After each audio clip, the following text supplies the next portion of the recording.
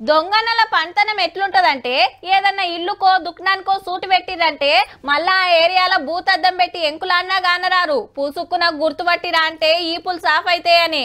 ఓ తాన దొంగతనం చేసిరంటే ఎమ్మటే అడకెళ్ళి జారుకుంటారు. పోయిన పని కాలేదనుకో ఇంకో ఇల్లు చూసుకుంటారు. ఆడేమన్నా దొరికితే సంచిలో చదురుకొని అవతల పడతారు.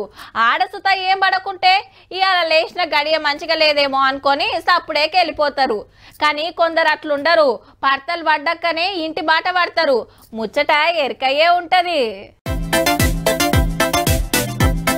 నల్గొండ జిల్లా మునుగోడుల మునుంబెట్టి ఊడ్చుకవేండ్రు దొంగన్నలు. ఒక్కనాడే ఐదిండ్లకు సూటి పెట్టిండ్రు. మరి మునుగోడులా ఓ 3 ఇండ్లు దోసుకుంటే వడ్డెరగూడెంలా ఇంకో 2 ఇండ్లకు నాసు పెట్టిండ్రు. బంగారం 12 తులాలు అయింది, నగదు 70,000 దాకా పోయినాయి. ఈ అక్కోళ్ళింట్ల 12 తులాల బంగారం, అలా స్వీట్ షాప్ లా 70,000 పైకం, ఇంకొకల ఇంట్లకు జొర్రి 60,000 అరకిల ఎండెత్తుకవేండ్రట. పక్క పొంటే ఉండే ఫారెస్ట్ ఆఫీస్ లకు సుత జొర్రిరంటే చూడురిగా ఎంత పనిమంతులు.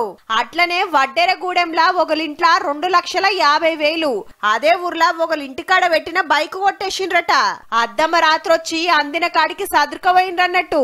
లబ్బ మొత్తుకుంటా స్టేషన్ పోయి కంప్లైంట్ ఇస్తే పట్టుకునే పనులున్నారు పోలీసులు. పండుగకు ముందే గీ తీర్ల జోరు చూపిస్తున్నారంటే ఇక సంక్రాంతికి ఇంకెన్నింట్లకు సూటి పెడతారు. పండుగకు ఊర్లకు పోయేటోళ్ళు పైలముల్లో.